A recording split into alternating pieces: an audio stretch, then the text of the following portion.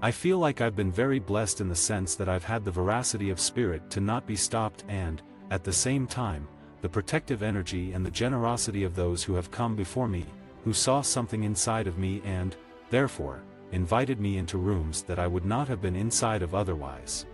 I don't go, like, I'm now going to create something for the black community. I just feel this compelling urge. I just feel myself drawn to stories that I feel have a potency and immediacy. The world doesn't see a lot of gray. The world sees black and white, and then it understands. Racists are deficient as human beings. AIDS is a shared truth, it's not selective in its wrath.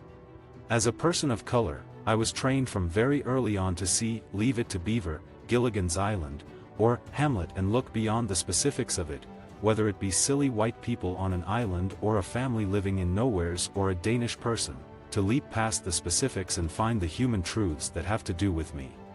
I'm interested in exploring how an individual maintains a sense of power in a world that tends to make individuals feel powerless. Our lives are connected in ways we can't imagine. They're connected even before we know they're connected.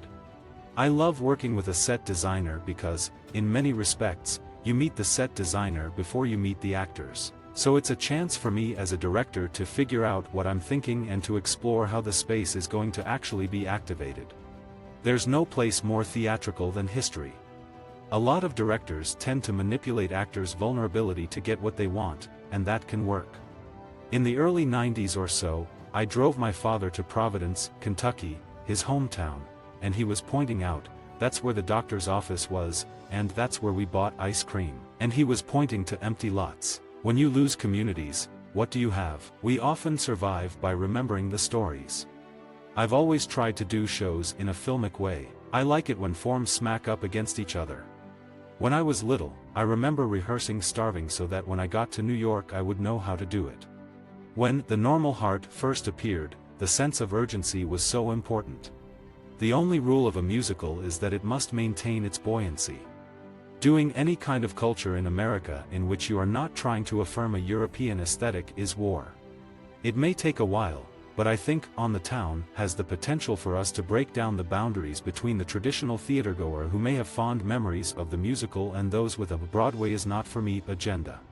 When you're writing, in theory, everybody is serving you. When you're directing, you're serving everybody, in the guise of acting like everybody's serving you. But you're really serving the materials. You're serving the actors. You're in charge, but it's not free.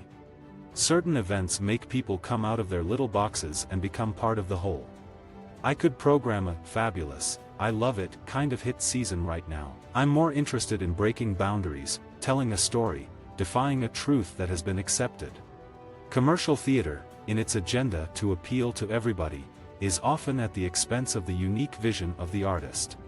The public theater requires one to be very public, and writing requires one to be very private. I'm convinced whenever something opens on Broadway, it's a miracle. It's a miracle that people survived. I was raised to believe that other people's suffering was my responsibility. There is a strange kind of parental pride when Top Dog ends up on Broadway, or Elaine Stritch. To want to come to New York, you have to have a sense of wonder about the world and a foolish sense of worth about yourself. And I, too, had both of those things. I like to knock down walls and allow others to enter. Producing has empowered me as an artist in a specific way. It's forced a certain kind of maturity. I think we all have a primal desire to know as much as we can to find out about where we come from.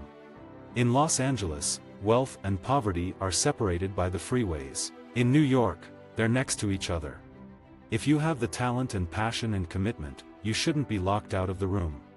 The wonderful thing about theater is that it has so many people involved in the creation of it. The worst thing about theater is that it has so many people involved in the creation of it. That dynamic is thrilling and challenging every time you make a show. I think I am the first person of color to direct a major white play on Broadway. In 1993, that's astounding to me, and horrifying to me. Generally, the realm in which black playwrights have been allowed to achieve success has been social realism or musicals. When Jellies went out on tour, no one really wanted it. It was undersold, and I knew if I gave Noise to someone else, they would sell it as Stomp with little dancing black boys. I pride myself on being available to as many people's stories as I possibly can. When I was on dialysis, I willed myself to do On the Town. It accesses my most childlike, joyful love of theater. It's easier to be cynical and edgy and tough rather than overly emotional.